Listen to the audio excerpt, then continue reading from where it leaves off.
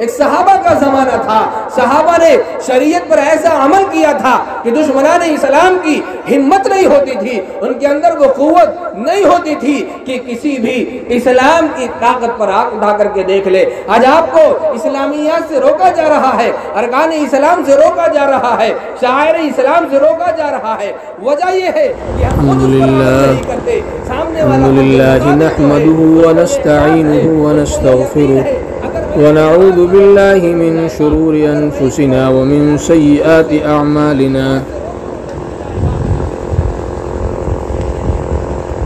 من يهده الله فلا مضل له ومن يضلل فلا هادي له ونشهد أن لا إله إلا الله وحده لا شريك له ونشهد أن سيدنا ومولانا محمدا عبده ورسوله أما بعد فأعوذ بالله من الشيطان الرجيم بسم الله الرحمن الرحيم قل هل يستوي الذين يعلمون والذين لا يعلمون إنما يتذكر أولو الألباب صدق الله مولانا العظيم وقال النبي صلى الله عليه وسلم خيركم من تعلم القرآن وعلمه أو كما قال عليه الصلاة والسلام۔ حضرت صدر محترم، اسٹیج پر رونق افروز علماء کرام، معزز سامعین، پردہ نشین خواتین، مائیں اور بہنیں، اللہ تعالیٰ کا بڑا فضل و احسان ہے کہ ہم سب کو انہوں نے ایسی مجلس عطا فرمائی جس میں اللہ اور اس کے رسول صلی اللہ علیہ وسلم کا تذکرہ۔ یہ مجلس سب سے خوبصورت مجلس ہوا کرتی ہے۔ ویسے تو آج پورے عالم کا حال یہ ہے کہ ایسی مجالس کم ہی ملتی ہیں بنسبت اس کے کہ لوگ رنگینیوں میں زیادہ پڑ گئے، جس میں شور شرابہ ہو، ایکٹرز وغیرہ موجود ہوں، ناچنے والے ہوں اور طرح طرح کے لوگ ہوں، ایسی مجلسیں زیادہ ہوتی۔ یہ علم دین جو ہے، قرآن میں اللہ تعالیٰ نے فرمایا کہ پڑھا ہوا عالم، علم سے مراد یہاں علم شریعت ہے، ورنہ تو آپ کسی بھی طرح کا علم حاصل کریں تو دماغ اور ذہن میں یہ بات رہے کہ اس سے مراد علم شریعت ہے۔ طلب العلم فریضۃ علی کل مسلم، علم کا حاصل کرنا ہر مسلمان مرد اور عورت پر فرض ہے۔ ہم مسلمان تو ہیں،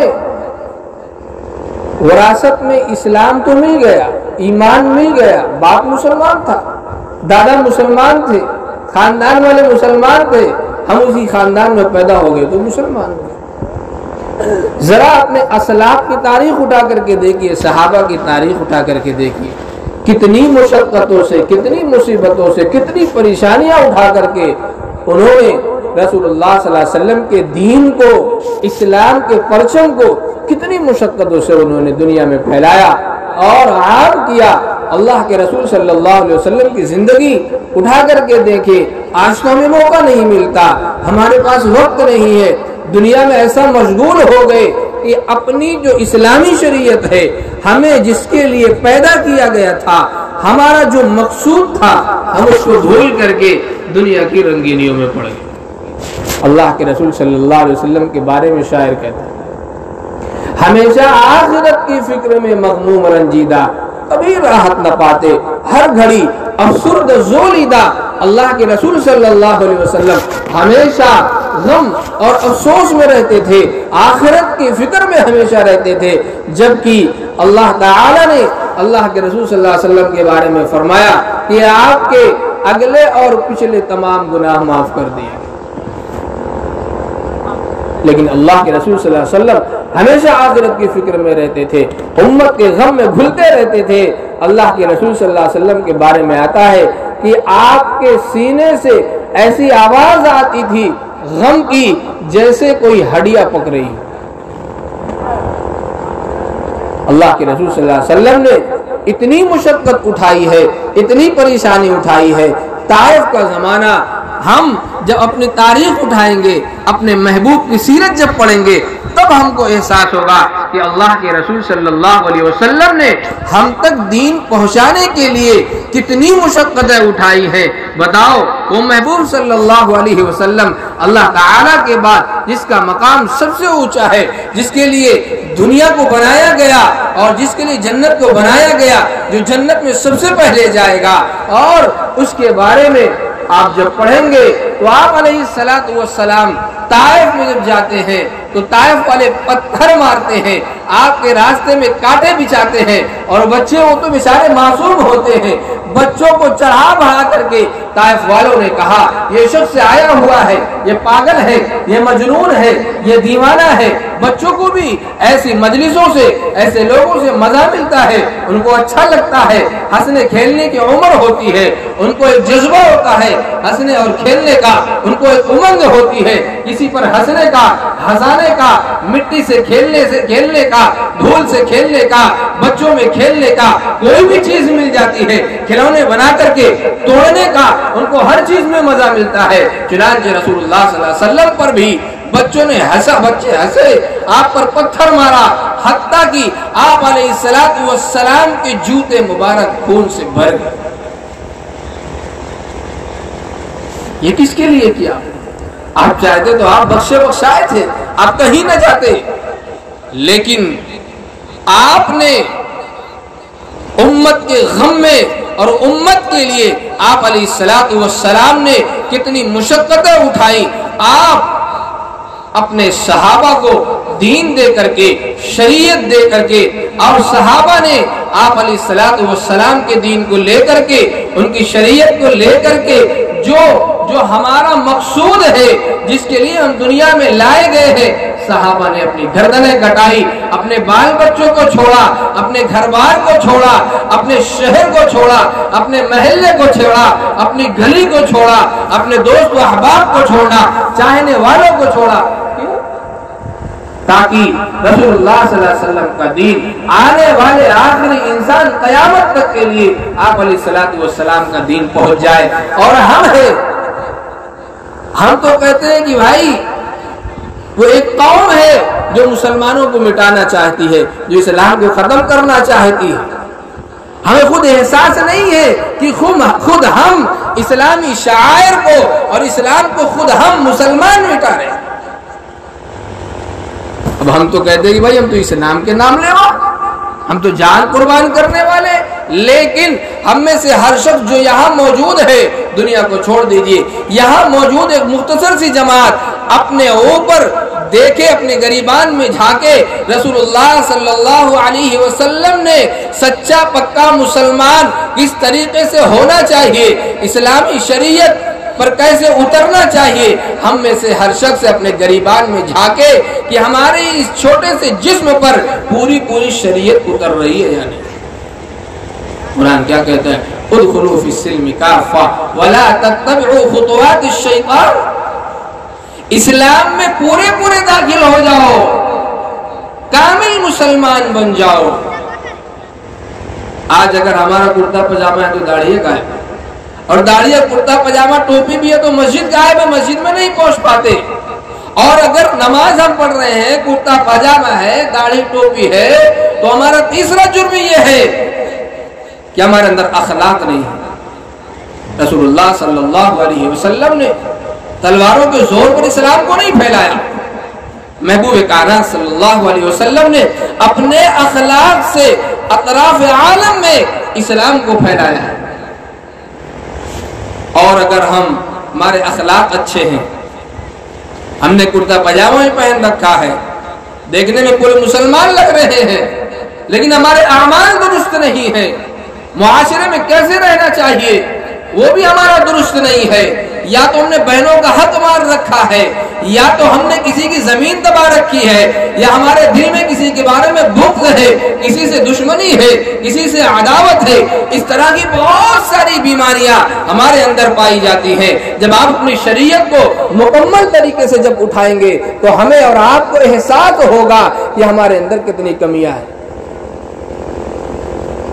کہ میں نے لکھا دیکھا تھا اور صحیح ہے کہ اس وقت کے صحابہ اگر آج ہم کو دیکھتے تو کہتے کہ سارے مسلمان منافق ہو گئے۔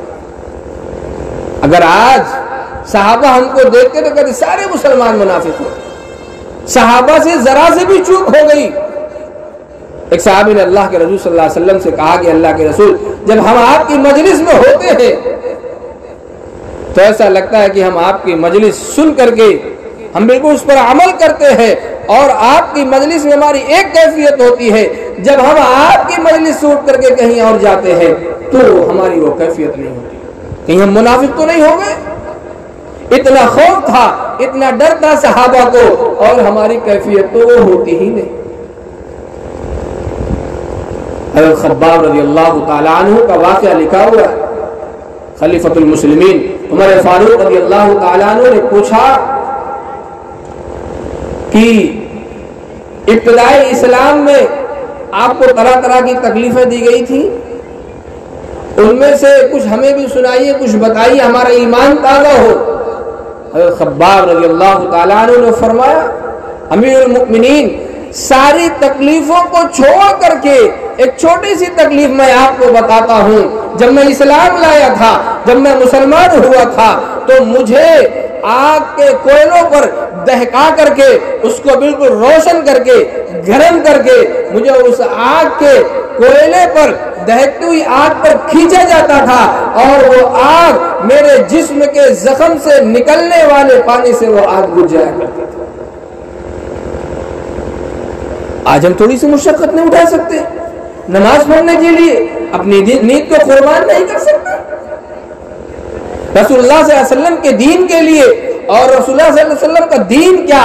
ہمیں اپنی آخرت بنانی ہے، ہمیں اللہ تعالی نے راستہ بتا دیا ہے، ہم اگر عمل کریں گے تو اپنے لیے کریں گے، یہ تو اللہ کا احسان ہے، یہ تو اللہ کا فضل ہے، ہم تو اس کے بندے ہیں، ہم بندگی نہیں کر پاتے ہیں، اللہ تعالیٰ کے ہم بندے ہیں۔ اگر اللہ تعالیٰ چاہتا تو کہتا کہ 24 گھنٹے میری ہی عبادت کرو، ایک سیکنڈ بھی اگر تم میری عبادت سے غافل ہوگے تو تمہارے لیے جہنم کا فیصلہ کر دیا جائے۔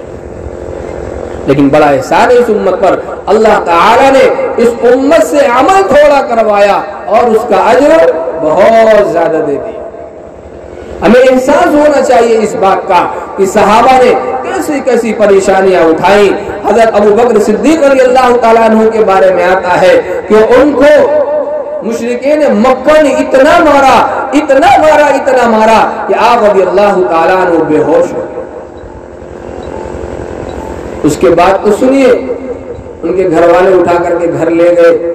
اس کے بعد جب ہوش میں آتے ہیں تو پوچھتے ہیں سرکار دو عالم صلی اللہ علیہ وسلم کا کیا حال؟ وہ شخص جو اتنا مارا گیا، لوگوں نے روتا بھی، بے ہوش بھی ہو گیا، سر میں بھی شدید چوٹ آئی، لیکن جب وہ اپنی بے ہوشی سے ہوش میں آتا ہے وہ شخص تو کیا کہتا ہے؟ میرے محبوب سرکار دو عالم صلی اللہ علیہ وسلم کی کیا حالت؟ تو وہ تو ابتدائی اسلام کا زمانہ تھا، لوگ ڈرتے تھے نام لیتے ہوئے۔ آج تو آپ کے وقت آپ کے پاس طاقت بھی ہے، قوت بھی ہے، فراوانی بھی ہے، آپ کو چھوٹ بھی ہے، آپ جس طریقے سے چاہے شریعت اسلامی پر عمل کر سکتے ہیں۔ اللہ نہ کرے کہ ویسا وقت آئے کہ آپ کو روک دیا جائے، آپ کی شریعت پر آپ عمل نہ کر پائے۔ آج آپ کو موقع ملا ہوا ہے، آپ شریعت پر پورے طریقے سے عمل کیجئے، مضبوط بنیے۔ ایک صحابہ کا زمانہ تھا، صحابہ نے شریعت پر ایسا عمل کیا تھا کہ دشمنان اسلام کی ہمت نہیں ہوتی تھی، ان کے اندر وہ قوت نہیں ہوتی تھی کہ کسی بھی اسلام کی طاقت پر آنکھ اٹھا کر کے دیکھ لے۔ آج آپ کو اسلامیات سے روکا جا رہا ہے، ارکان اسلام سے روکا جا رہا ہے، شعائر اسلام سے روکا جا رہا ہے۔ وجہ یہ ہے کہ ہم خود اس پر عمل نہیں کرتے، سامنے والا مد مقابل جو ہے اس کو یہ احساس ہے، اس کو یہ یقین ہے اگر میں اس کو نماز سے روکوں گا تو رک جائے گا، اگر میں اس کو اسلامی شریعت سے، اسلامی لباس سے روکوں گا تو رک جائے گا، اگر میں کہوں گا مسجد مت جاؤ تو مسجد سے رک جائے گا، اگر میں اس کو رات میں سلاؤں گا تو سو جائے گا۔ آج ہماری مسلمان نوجوان نسل، نوجوان کیا ادھیڑ عمر کے لوگ، بڈھے لوگ جن کے بال سفید ہو گئے، جن کے آنے کا وقت، موت کا وقت قریب ہو چکا، موت تو کسی کو بتا کر کے نہیں آتی کہ میں آ رہی ہوں، ان اجل اللہ اذا جاء لا یؤخر، موت کسی کو مہلت نہیں دیتی، کسی کو میسج نہیں دیتی، کسی کو یہ بتا کر کے نہیں آتی آپ 10 منٹ آرام کر لیجئے، پانی پی لیجئے، میں آتی ہوں 10 منٹ کے بعد۔ نہیں بھائیے، میں یہ کہہ رہا تھا اپنے اس عمر کے لوگ جو قبر میں جانے کے قریب ہو چکے، جن کو یقین ہو رہا ہے کہ اب میری موت آنے والی ہے، وہ بھی موبائل کے ایسے مرض میں مبتلا ہے، رات رات بھر جاگتے ہیں، یہ سیریل دیکھتے ہیں، وہ سیریل دیکھتے ہیں، پوری رات اسی پر قربان کر دیتے ہیں۔ ذرا آپ صحابہ کی زندگی کو اٹھا کر کے دیکھیے، صحابہ رضوان اللہ علیہم اجمعین، ان کی راتیں چھوٹی ہو جاتی تھی عبادت کرتے کرتے، آخری رات میں صحابہ کیا کہتے تھے اللہ کے دربار میں؟ کہتے تھے اے اللہ، میں نے پوری رات کھڑے ہو کر کے آپ کو منایا ہے اور آپ کی عبادت کی ہے، اے اللہ میری عبادت ایسی نہیں کہ قبول ہو جائے، میرے مولا اسے قبول کر لے، یہ ٹوٹی پھوٹی عبادت اسے قبول کر۔ اور آج ہمارا کیا حال ہے؟ پوری رات موبائل سننے میں، بجانے میں اور ان کی کرنے میں، دنیا کی خبروں سے ہمیں کیا مطلب ہے بھائی؟ قرآن جو سچی خبر ہے، جو سچی خبر دیتا ہے، وہ کبھی جھوٹی نہیں ہو سکتی، اس کو تو ہم کبھی کھول کر کے نہیں دیکھتے، کبھی تلاوت نہیں کرتے، اور ایسی خبر ہے جو ابھی آئی 5 منٹ میں یا ایسا ہو گیا، اور 5 منٹ کے بعد پھر ہوتا ہے کہ یہ خبر جھوٹی تھی۔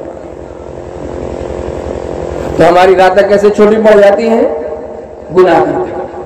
صحابہ کی راتیں چھوٹی پڑتی تھی عبادت کرتے کرتے، ہماری راتیں آج چھوٹی ہو گئی گناہ کرتے کرتے۔ تو صحابہ نے اس طریقے سے اللہ سے لگاؤ رکھا تھا تو دنیا ان کے اوپر نگاہ اٹھا کر کے نہیں دیکھتی تھی۔ آج ہم نے اللہ سے رشتہ توڑ لیا ہے تو دنیا آج ہم کو کھانے کے چکر میں پڑی ہوئی ہے۔ مسلمانوں، جب اسلامی شریعت پر پختہ طریقے سے عمل کرو گے اور اپنے آنے والی نسلوں تک دین پہنچانے کی کوشش کرو گے، اپنے اندر امنگ اور جذبہ ہوگا، تب جا کر کے اب جو تمہارے دشمن ہے وہ کمزور ہوتے چلے جائیں گے۔ اب ایک مثال سے اس کا اندازہ لگا لیجئے کہ اندھیرے کو چھانٹنے کے لیے کیا لایا جاتا ہے؟ روشنی اور چراغ لایا جاتا ہے۔ آپ اس سے اندھیرے میں جا کے مقابلہ کریں گے، فائٹنگ کریں گے تو کچھ نہیں ہوگا، اندھیرا اپنی جگہ پہ برقرار رہے گا۔ اندھیرے کو چھانٹنے کے لیے آپ روشنی جلا دیجئے، ایک دیپ جلا دیجئے، ایک دیا جلا دیجئے، ایک لائٹ جلا دیجئے، اندھیرا خود بخود چھٹ جائے گا۔ یہ شریعت کیا ایک نور ہے۔ جب شریعت پر آپ عمل کریں گے، سنت پر آپ عمل کریں گے تو غیر سنت خود بخود مٹتی چلی جائے گی۔ جب ہم سنت پر عمل کریں گے تو بدعات جو ہے یوں ہی وہ ختم ہوتے چلے جائیں گے، اور ہمارے اندر شریعت پر عمل کرنے کا جذبہ آج بالکل ختم ہوتا جا رہا ہے۔ میں یہ کہہ رہا تھا، سیدنا ابو بکر صدیق رضی اللہ تعالیٰ عنہ، انہوں نے کیا فرمایا؟ میرا محبوب کے کیا ہے؟ تو لوگوں نے کہا کہ بھائی ابھی انہی کے چکر میں اتنا مار کھا گیا ہے، پھر پوچھ رہے۔ ابو بکر صدیق رضی اللہ تعالیٰ عنہ سے گھر والوں نے کہا کہ کچھ کھا پی لیجئے۔ فرمایا کہ جب تک سرکار دو جہاں صلی اللہ علیہ وسلم کی اطلاع نہیں مل جاتی، جب تک میں ان کو نہیں دیکھ لوں گا، میرے منہ میں کیا مجال ہے کہ ایک قطرہ پانی چلا جائے۔ چنانچہ ان کو لے جایا گیا سرکار دو عالم صلی اللہ علیہ وسلم کے پاس۔ حضرت ابو بکر کو دیکھتے ہوئے سرکار دو عالم صلی اللہ علیہ وسلم نے اپنے گلے لگا لیا۔ کیا تھی وہ ذات جس نے حضرت بلال کو گلے لگایا، جس نے ان لوگوں کو گلے لگایا جن کو دنیا حقیر سمجھتی تھی، جن کو دنیا کچھ نہیں سمجھتی تھی، ذات اور پات کو مٹا کر کے، غریبی اور فقیری اور امیری کو ہٹا کر کے رسول اللہ صلی اللہ علیہ وسلم نے انسانیت کا درس دیا تھا۔ اللہ کے رسول صلی اللہ علیہ وسلم ابو بکر صدیق رضی اللہ تعالیٰ نے مل کر کے خوب روئے، خوب کب جذبہ یہ پیدا ہوگا ہمارے؟ تقریریں سنتے ہیں تو تھوڑا سا ایمان جوش میں آتا ہے، اور جب مجلس سے نکلتے ہیں تو جوش ختم ہو جاتا ہے۔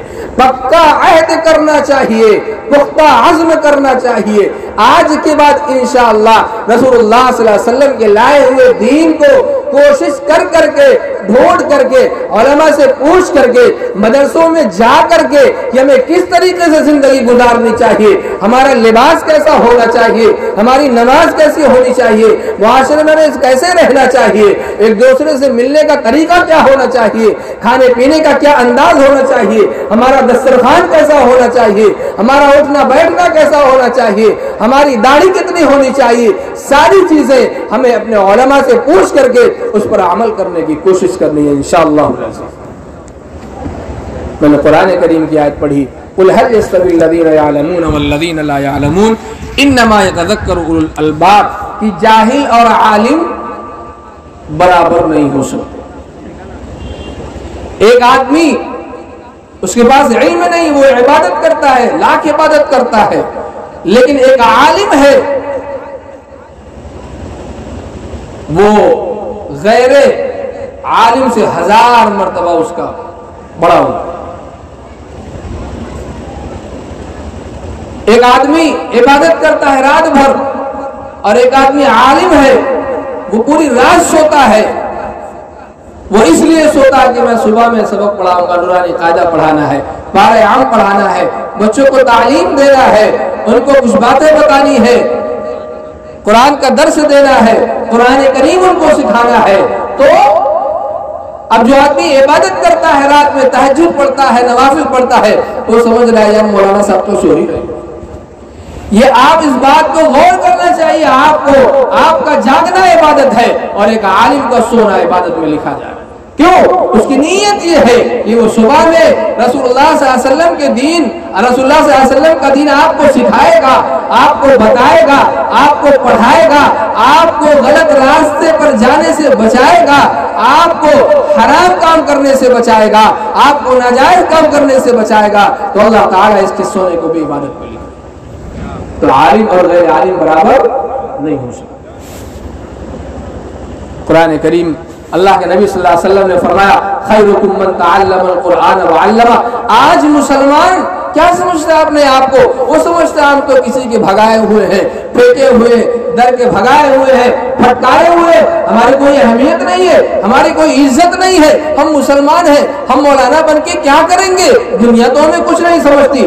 یاد رکھنا وہ زمانہ، آپ سوچو صحابہ کا زمانہ، کپڑے پھٹے ہوتے تھے، کپڑے میں پیوند ہوتے تھے۔ عمر فاروق رضی اللہ تعالیٰ عنہ کے کپڑے میں کئی ایک پیوند لگے ہوئے تھے، لیکن آپ جیسے ہی بیت المقدس میں آپ داخل ہوتے ہیں، بیت المقدس کو آپ نے بغیر لڑائی کیے ہوئے فتح کر لیا۔ یہ کیا چیز تھی؟ یہ اسلام کی طاقت تھی، اللہ سے رشتہ مضبوط تھا، تو دنیا مسلمان کو مسلمان سمجھتی تھی، ان کی طاقت کو طاقت سمجھتی تھی۔ ہم جب مسلمان ہوں گے، جب اللہ سے ہمارا رشتہ مضبوط ہوگا، تب جا کر کے ہم کو کچھ ملے گا، تب جا کر کے غیر اسلام والوں کے قلوب میں ان کے اندر روب اور دبدبہ پیدا ہوگا۔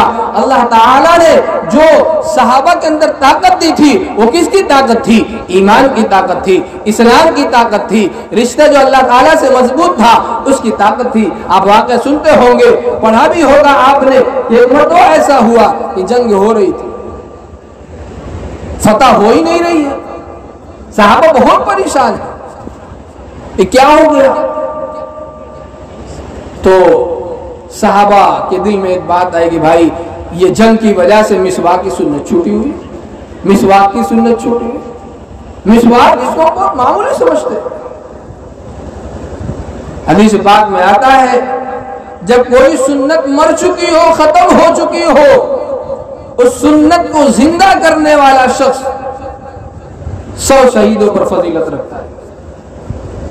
شہادت کی ان کا جذبہ تو ہمارے اندر ہے، لیکن اللہ کے رسول نے فرمایا میری ایک سنت جو مر چکی ہے، ختم ہو چکی ہے، مٹ چکی ہے، لوگوں نے، میری امتیوں نے اس کو چھوڑ دیا ہے، اس پر اگر کوئی عمل کرتا ہے تو 100 شہیدوں کا اسے اجر دیا جائے۔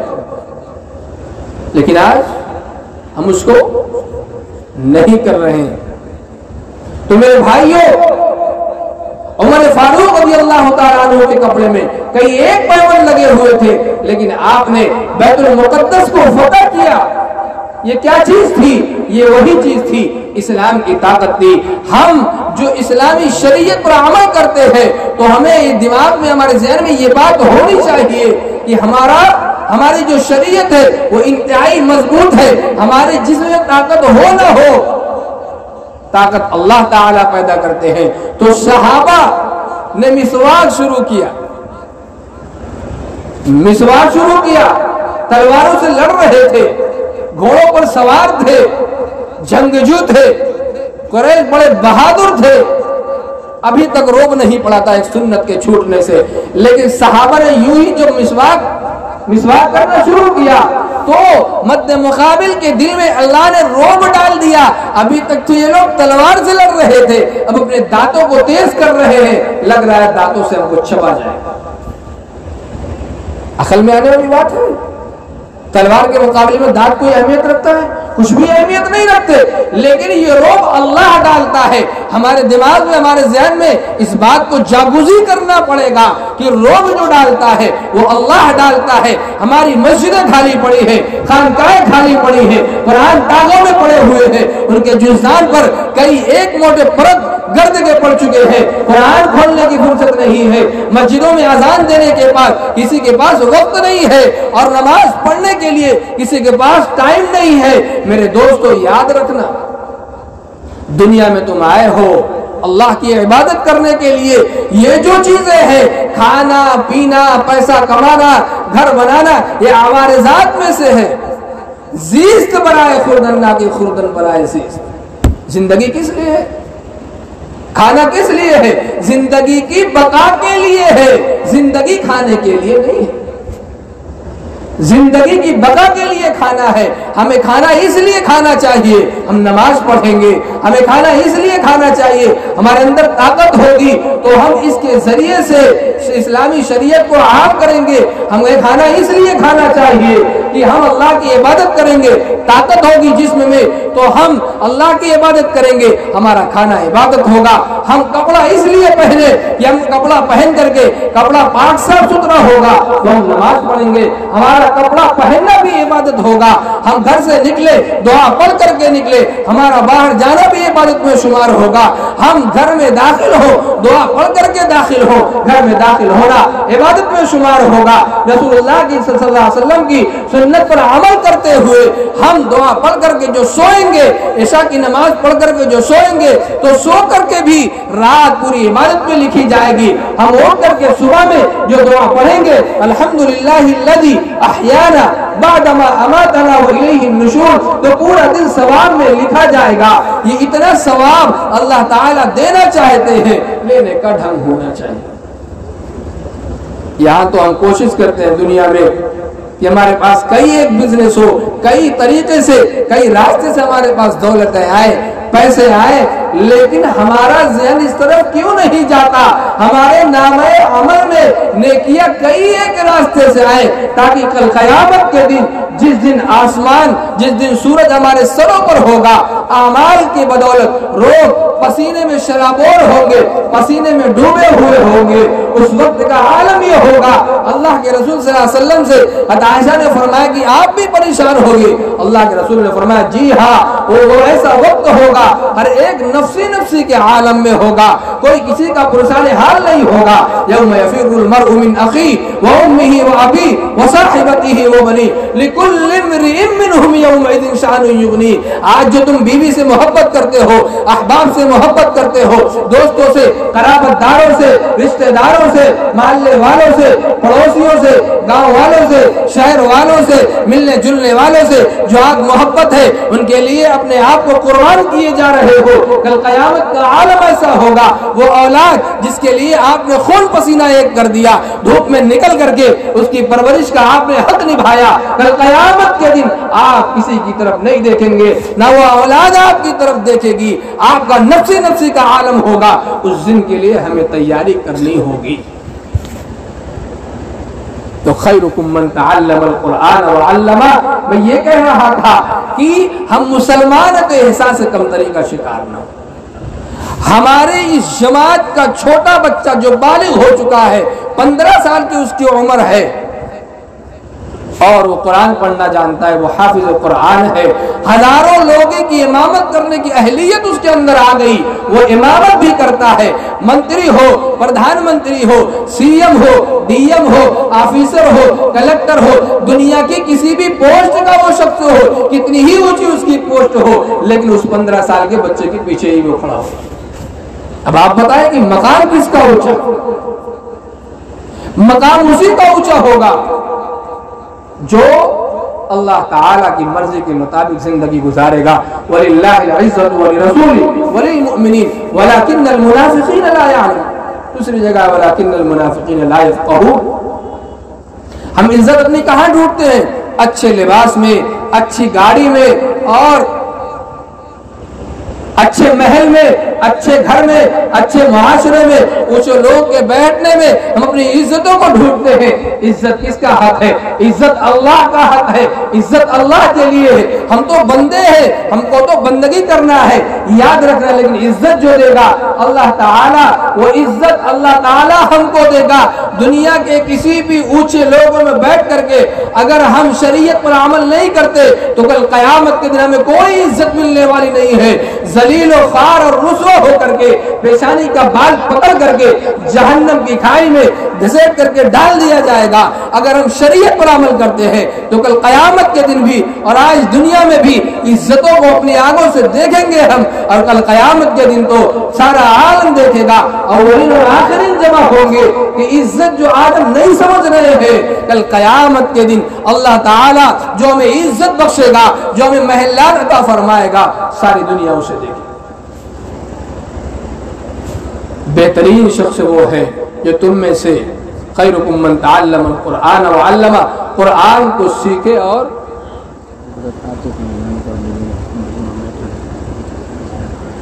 لے کے آئیے۔ ضرورت سے فارغ ہو۔ ابھی بخاری شریف کا آخری درس ہوگا۔ ہم سب کے پیر و مرشد شیخ المشائخ عارف باللہ حضرت مولانا عبدالرشید صاحب دامت برکاتہم، شیخ الحدیث مدرسہ اسلامیہ عربیہ بیت العلوم سرائے میر اعظم گڑھ، خلیفہ و مجاز بیعت فقیہ الامت حضرت مفتی محمود حسن صاحب گنگوہی نور اللہ مرقدہ تشریف لا چکے ہیں۔ تھوڑی ہی دیر میں انشاءاللہ جلوہ افروز ہوں گے اور بخاری شریف کا آخری درس دیں گے۔ آپ حضرات دل جمعی کے ساتھ بیٹھے رہے، اور جو حضرات ادھر ادھر منتشر ہو گئے وہ حضرات بھی تشریف لے آئے۔ تو میں کہہ رہا تھا خیرکم من تعلم القرآن وعلمہ، اللہ کے رسول نے فرمایا جو صادق الامین ہے، جن کو مشرکین مکہ بھی سچا کہتے تھے، صادق کہتے تھے، ہزار دشمنی کے باوجود اپنی امانتیں اللہ کے رسول صلی اللہ علیہ وسلم کے پاس رکھتے تھے۔ آپ علیہ السلام نے فرمایا تم میں کا بہترین شخص وہ ہے جو قرآن کو سیکھے اور سکھائے۔ ہمیں اس بات پر غور کرنا چاہیے کہ ہم قرآن کریم کو کتنا سیکھتے اور سکھاتے ہیں۔ اگر ہم میں کا کوئی 14 15 سال 18 سال 20 سال کا ہو گیا تو اسے شرم آتی ہے قرآن کے سیکھنے میں، وہ سمجھتا ہے میری عمر تو بہت زیادہ ہو گئی۔ ذرا سلمان فارسی رضی اللہ تعالیٰ عنہ کی زندگی اٹھا کر کے دیکھیے، کتنی لمبی عمر میں آپ قرآن کو سیکھ رہے ہیں۔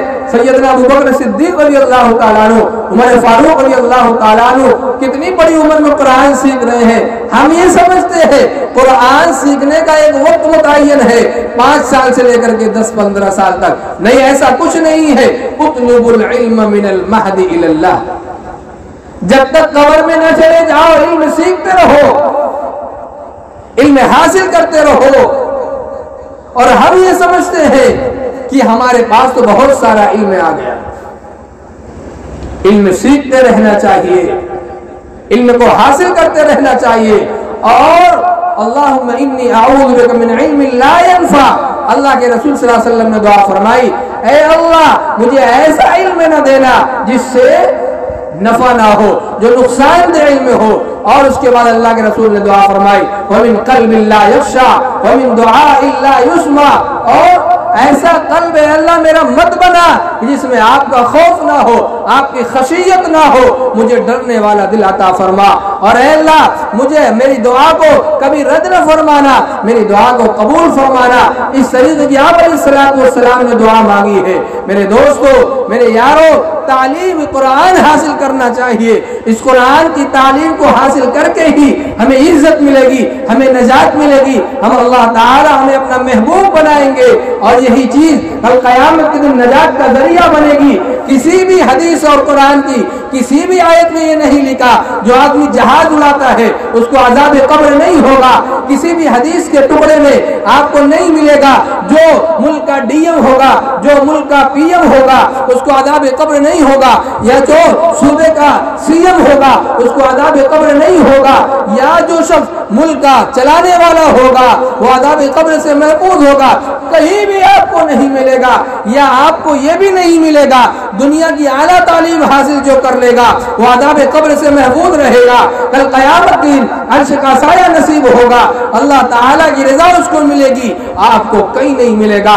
آپ کو اگر ملے گا تو سورہ ملک کے پڑھنے میں قبر کے عذاب سے نجات ملے گی۔ آپ کو اگر عرش کا سایہ نصیب ہوگا تو اللہ کی فرما برداری کرنے میں، روزہ رکھنے میں آپ کو عرش کا سایہ نصیب ہوگا۔